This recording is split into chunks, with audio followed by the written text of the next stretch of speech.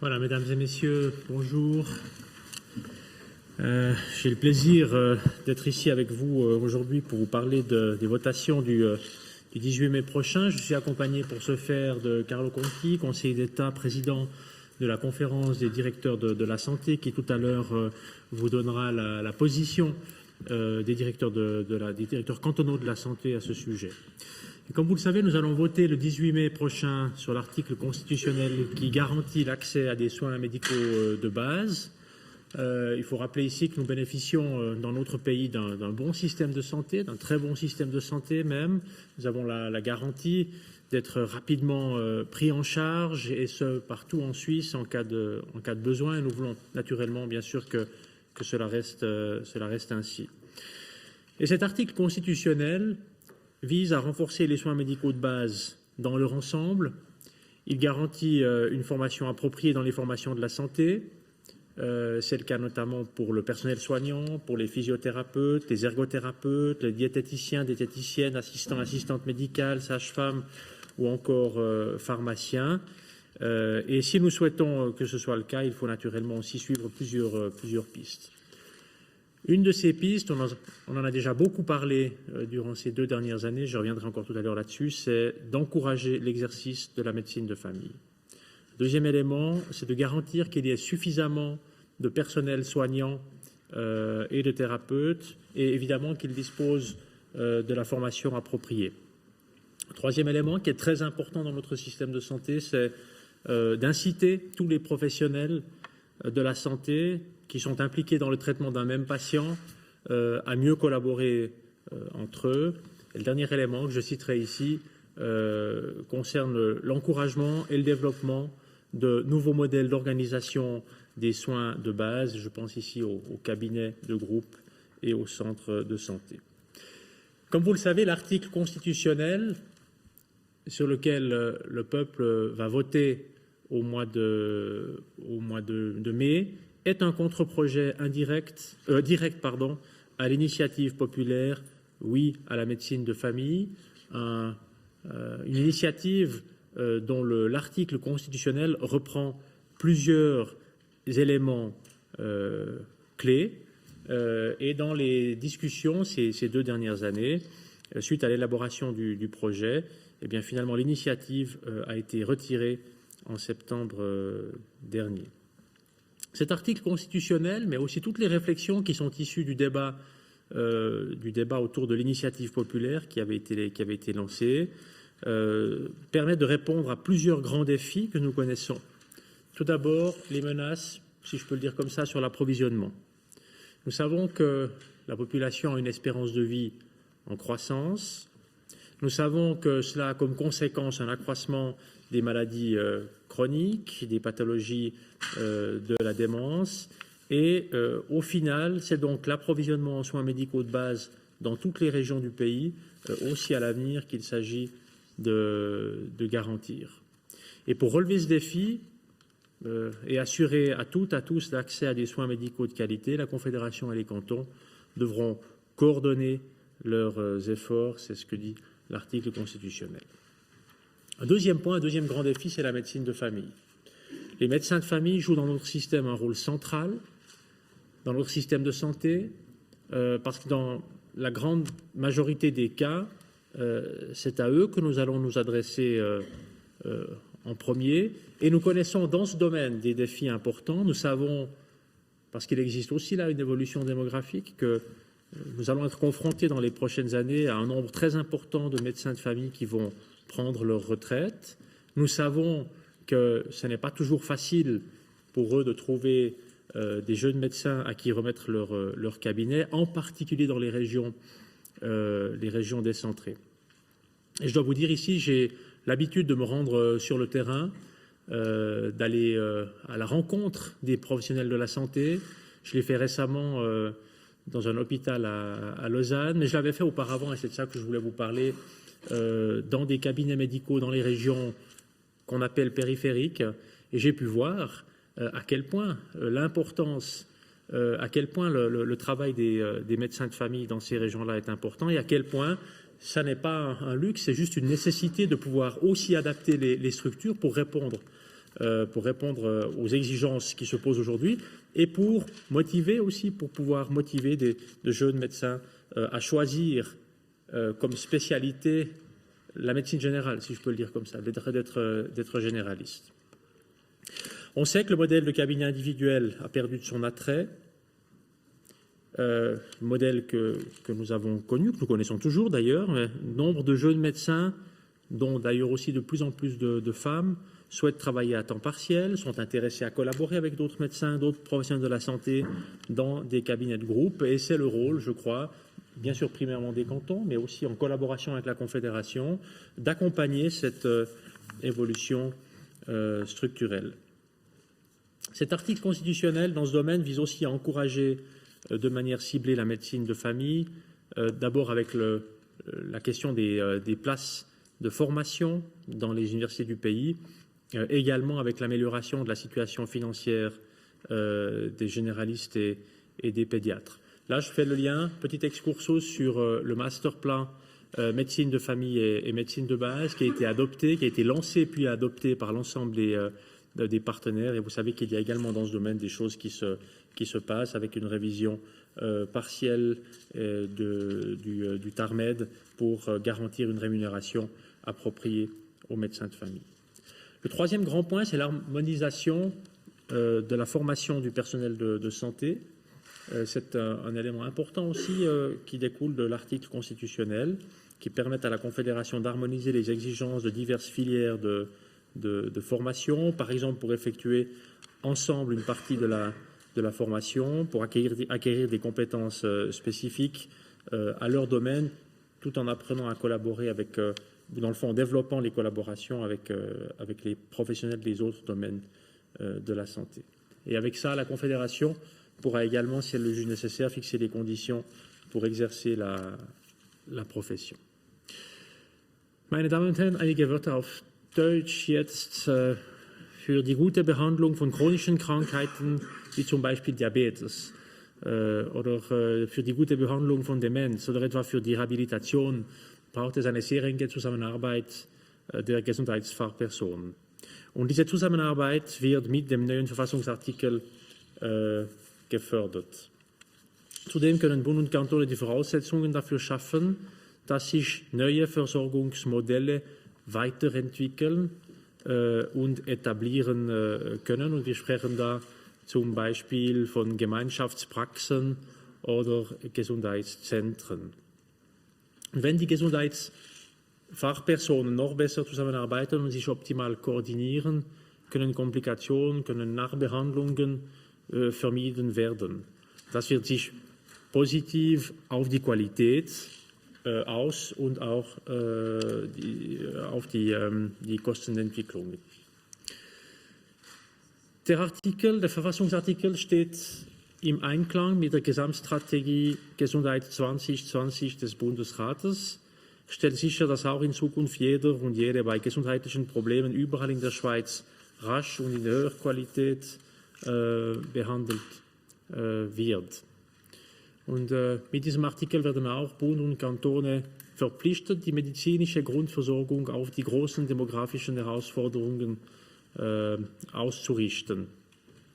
Und Bund und Kantone sollen sicherstellen, dass auch in Zukunft genügend und gut ausgebildete Gesundheitsfachpersonen gibt, wie Pflegefachleute, Hebammen, Ergotherapeuten, Physiotherapeuten, Apotheker, Ernährungsberater, medizinische Praxisassistenten, Assistentinnen oder Haus- und Spezialärzte. Der neue Artikel ändert nichts an den Zuständigkeiten von Bund und Kantonen. Wie Sie es wissen, Bundesrat und Parlament empfehlen, die Vorlage anzunehmen.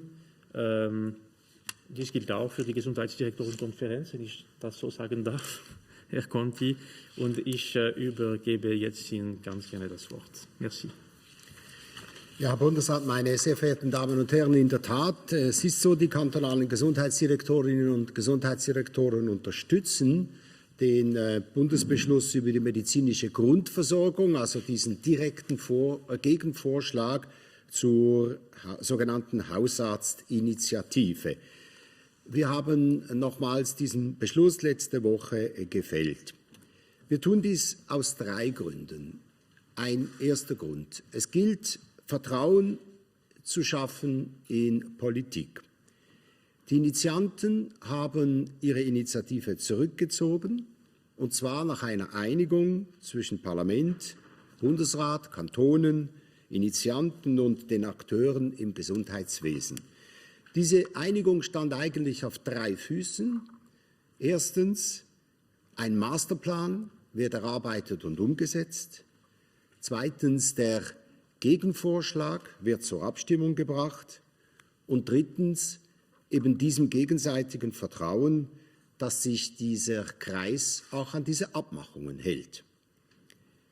In einer Zeit, die von politischen Unsicherheiten geprägt ist, sind wir kantonale Gesundheitsdirektorinnen und Gesundheitsdirektoren dezidiert der Meinung, dass solche gemeinsam erarbeiteten konsensualen Lösungen gestärkt werden müssen. Gerade in einem Bereich, in welchem es um die Stärkung von medizinischen Fachkräften geht, ist ein solches Signal sehr wichtig, ein Signal für eine verlässliche, konsensual erarbeitete Politik.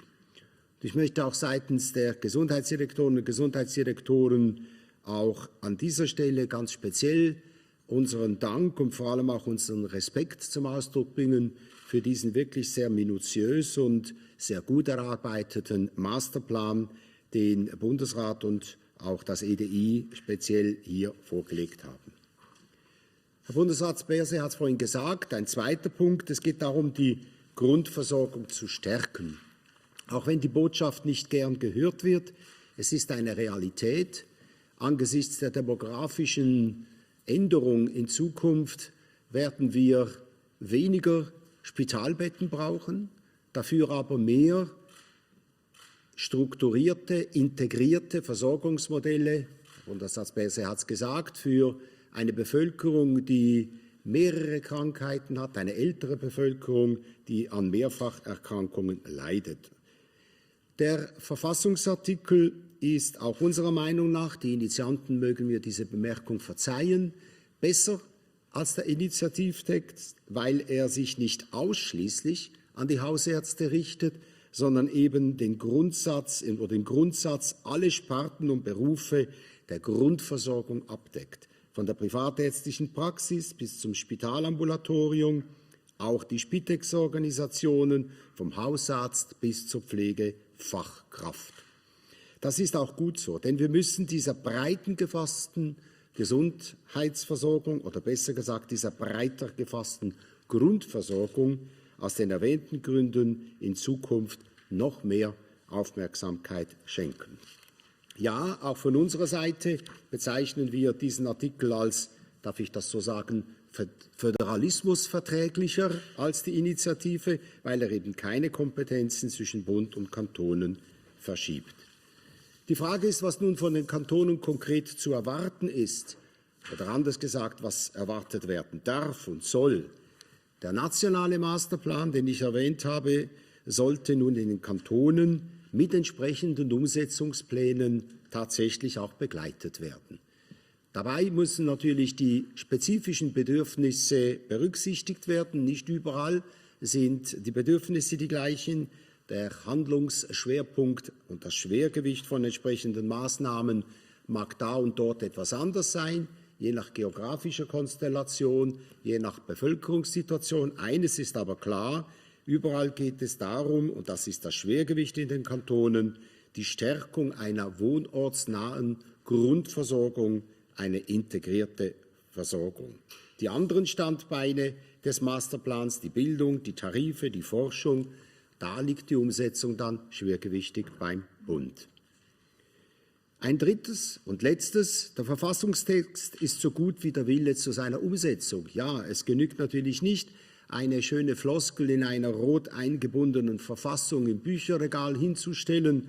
Was es wirklich braucht, ist eine konkrete Umsetzung. Ich kenne kaum eine Initiative in meiner eher langen politischen Tätigkeit, die in der Praxis schon so viel Vorwirkung gehabt hat wie diese.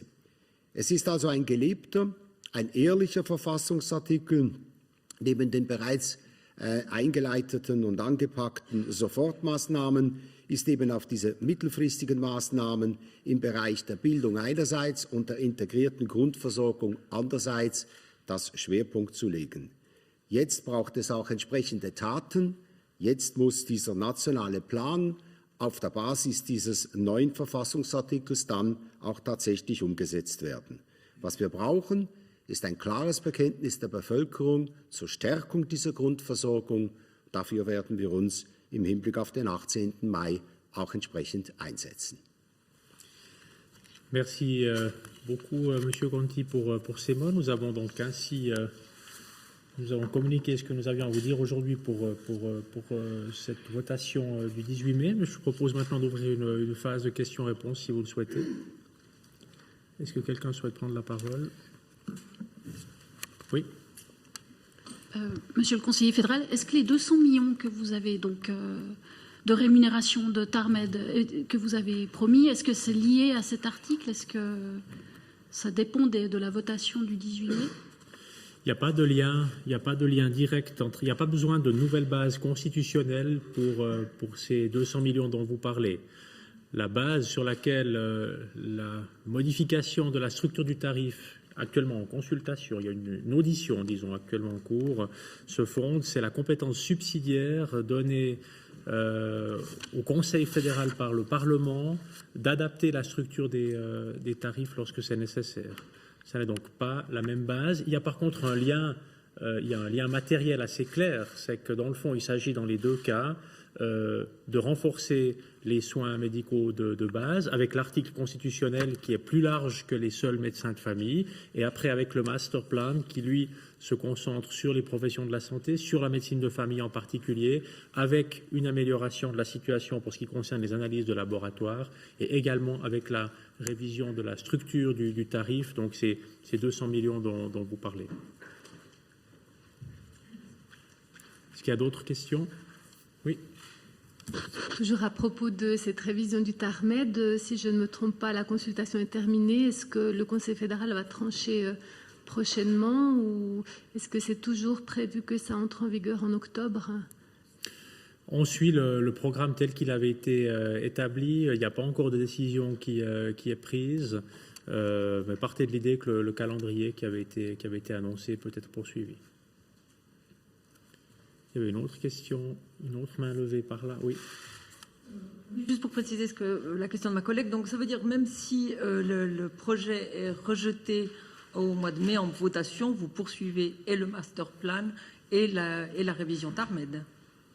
Ce sera des mesures qui seront maintenues. Le master plan, le plan directeur pour le soutien à la médecine de famille a été fondé sur les compétences qui existent aujourd'hui, sur la base constitutionnelle et légale qui existe aujourd'hui dans les différents domaines. Une partie de ces mesures relève de la compétence des cantons, une partie des mesures relève de la compétence de la Confédération, il y a aussi des mesures qui relèvent des universités, donc c'est pas tout simple, et c'est la raison pour laquelle on a fait un plan directeur, parce que personne ne peut décider seul. Donc on a réuni, c'était une idée qui est apparue au début de l'année 2012, j'avais très rapidement indiqué que nous souhaitions réunir les acteurs, nous avons commencé les travaux et nous avons pu en juin 2012, parce que les acteurs étaient d'accord de s'engager dans ce processus, mener le processus, dans lequel il y a également la question du TARMED, la question des laboratoires. Et ça peut être poursuivi indépendamment du résultat qui sera atteint avec le contre-projet au mois de mai prochain. Mais ce contre-projet, cet article constitutionnel, il est très important. Il n'y a, rendez-vous compte, mesdames et messieurs, jusqu'à maintenant, pas de mention particulière des soins médicaux de base dans la Constitution. Alors, c'est peut-être d'ailleurs un des grands mérites de l'initiative, c'est d'avoir permis de générer ce débat. C'est ensuite un des grands mérites, je crois, du travail qui a pu être fait aussi au Parlement, d'aboutir à un contre-projet direct. Le Conseil fédéral avait fait une proposition pour un contre-projet direct. Le Parlement l'a beaucoup encore retravaillé, on a beaucoup débattu. Et c'est un des grands, je crois, mérites de tout ce processus que d'aboutir enfin à avoir la possibilité de prendre position sur les soins médicaux de base. Et les soins médicaux de base, encore une fois, ne concernent pas seulement les médecins de famille, mais sont à comprendre de manière plus large que cela, et c'est la différence aussi, M. Conti le disait tout à l'heure, entre l'initiative qui insistait beaucoup sur un seul groupe professionnel, à savoir les médecins de famille, et l'article constitutionnel en vote le 18 mai prochain, qui lui est plus large et prend en compte l'ensemble des professionnels de la santé dans les soins médicaux de base, évidemment aussi au cœur de ce système, ou au centre de ce système, les médecins de famille, mais pas seulement. Il y a d'autres professionnels qui sont également concernés. Est-ce qu'il y a d'autres questions? Oui.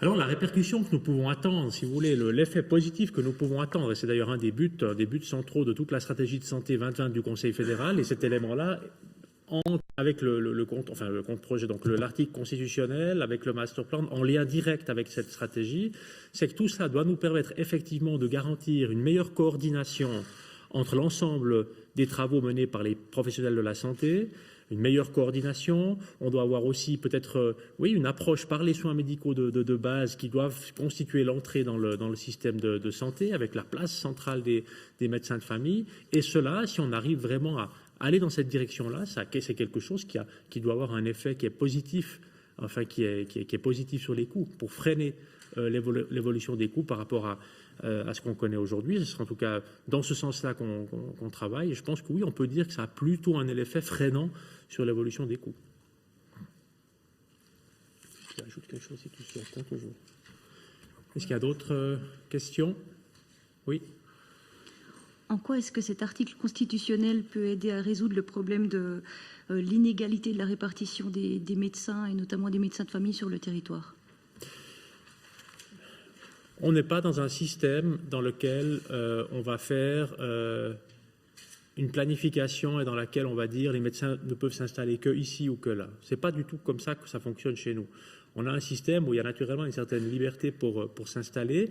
Les cantons ont la responsabilité, je laisserai Carlo Conti tout à l'heure dire quelques mots à ce sujet, ont la responsabilité de garantir un approvisionnement suffisant. Et ensuite, ça fonctionne avec des incitatifs. Alors, comment est-ce qu'on peut inciter? Je crois qu'en mettant l'accent sur les soins médicaux de base, en donnant les moyens à la Confédération et au canton, s'appuyant sur la Constitution, de mieux coordonner encore leurs efforts pour garantir un accès aux soins médicaux de base sur l'ensemble du territoire, on donne un signal qui est très fort, mais c'est plus qu'un signal. Ça a aussi des conséquences concrètes dans le travail, dans la collaboration. Puis ensuite, les autres éléments d'incitation sont clairement les éléments du plan directeur. Si on pense maintenant notamment à la médecine de famille, puisque vous faites aussi référence dans votre question à l'exemple que j'ai donné tout à l'heure, des visites que j'ai pu faire sur le terrain. Et ces incitatifs-là, ils sont relativement simples. Il y a une partie d'incitatifs qui sont liés à la formation,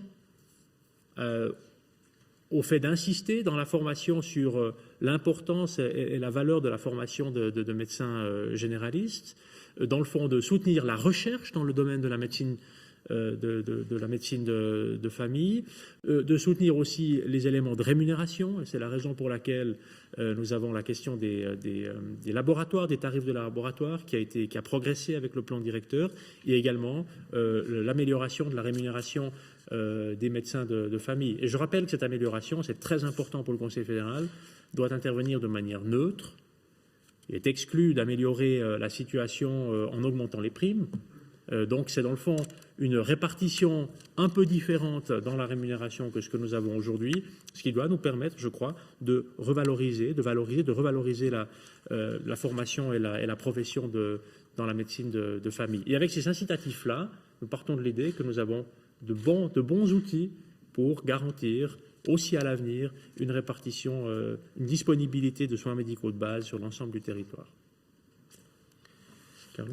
Ja, vielleicht kann ich noch aus der Optik der Kantone Ihre Frage noch beantworten. Das war eben meine Bemerkung, die ich vorhin auch gemacht habe, dass die Bedürfnisse in den Kantonen völlig unterschiedlich sind. In der Stadt Zürich, im Kanton Basel-Stadt, werden Sie vermutlich nicht wirklich ein Problem identifizieren können mit einer flächendeckenden Versorgung der Bevölkerung. Im Gegenteil, an beiden Orten haben Sie eine hohe Importquote.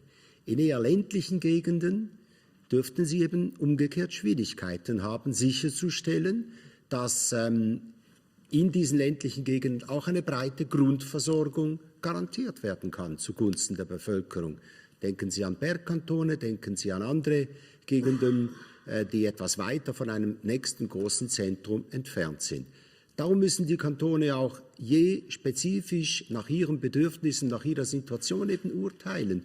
Es wird vermutlich auch Kantone geben, die werden eher Anreizinstrumente in die Hand nehmen müssen, um überhaupt sicherzustellen, dass morgen und übermorgen eine Grundversorgung in einem entlegenen Tal sichergestellt ist. Während, wie gesagt, in den städtischen Zentren die Situation eher umgekehrt ist. Wir müssen darauf achten, dass wir nicht zu viele Spezialisten haben. Okay, wenn Sie auch Auswärtige betreuen, dann kann uns das relativ egal sein. Aber wichtig ist, dass wir eben auch Grundversorger weiterhin in genügender Anzahl tatsächlich auch verfügbar haben. Und die Zahlen, die zeigen eben, dass es natürlich schwierig werden dürfte. Und letztlich ist das auch der Wert und die Bedeutung dieser Verfassungsabstimmung, ein klares Bekenntnis zur Grundversorgung. Wir haben ja immer wieder verlangt und haben das auch letzte Woche, einige von Ihnen waren ja dabei, auch nochmals bekräftigt, dass es mehr Ausbildungsplätze auch für Mediziner braucht. Wir brauchen statt rund 750.100 bis 1.200 fertig ausgebildete Mediziner, die neu auf den Markt kommen.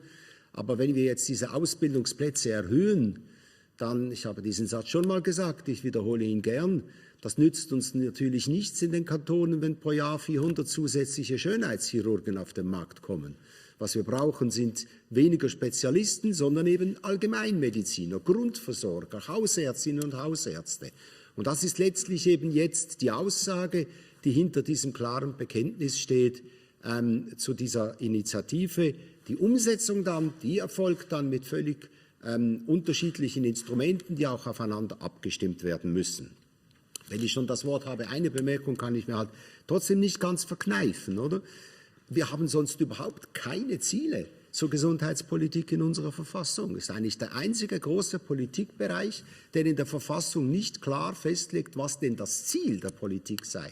Und hier wird nun das erste Mal ein klares Ziel vorgegeben in Bezug der Grundversorgung.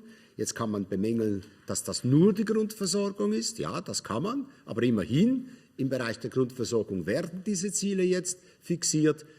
Und es wäre natürlich schön, wenn irgendwann einmal auch ein Konsens bestehen würde über die Ziele im gesamten Bereich der Gesundheitspolitik. Sie wissen ja, das ist das letzte Mal ja nicht gelungen bei der letzten großen Volksabstimmung diesbezüglich. Ja. Herr Bundesrat, Sie wollen die Einkommen der Hausärzte verbessern. Was tun Sie gleichzeitig, um die Einkommen der Spezialisten zu begrenzen? Zu begrenzen, damit die Lohnschere nicht so groß ist. Ja. Ja, ein Teil der Antwort liegt schon in was ich vorher gesagt habe. Es muss kostenneutral erfolgen. Das heißt, diese 200 Millionen, die kommen aus dem TARMED. Das heißt, Sie kennen auch der Verordnungsentwurf, der liegt in der Anhörung, oder? Wir haben vorgeschlagen, diese 200 Millionen Besserstellung für die Hausärzte, nicht nur für Pädiatren, also Sie kennen da die Liste, oder, intern zu kompensieren, und das kommt vor allem auf Spezialitäten. Das war der Vorschlag. Wir werden sicher auch nach der Anhörung noch das Ganze nach der Antwort bewerten, zu sehen, wie aussehen die Reaktionen. Das ist schon ein Teil der Antwort.